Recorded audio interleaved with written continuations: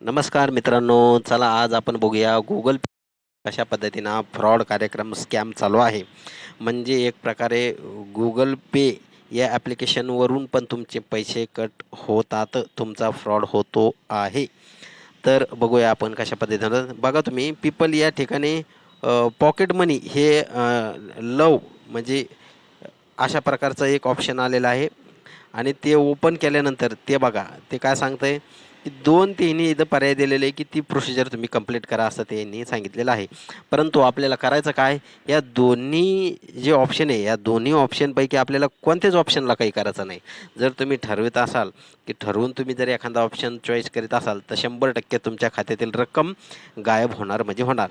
त्यामुळे आमच्या प्रिय मित्रांना आणि जे Google पे वापरतात, त्यांना सर्वांना विनंती आहे, की हे जे ॲप्लिकेशन आहे, त्यावर तुम्ही कोणत्याही प्रकारची प्रतिक्रिया करू नये.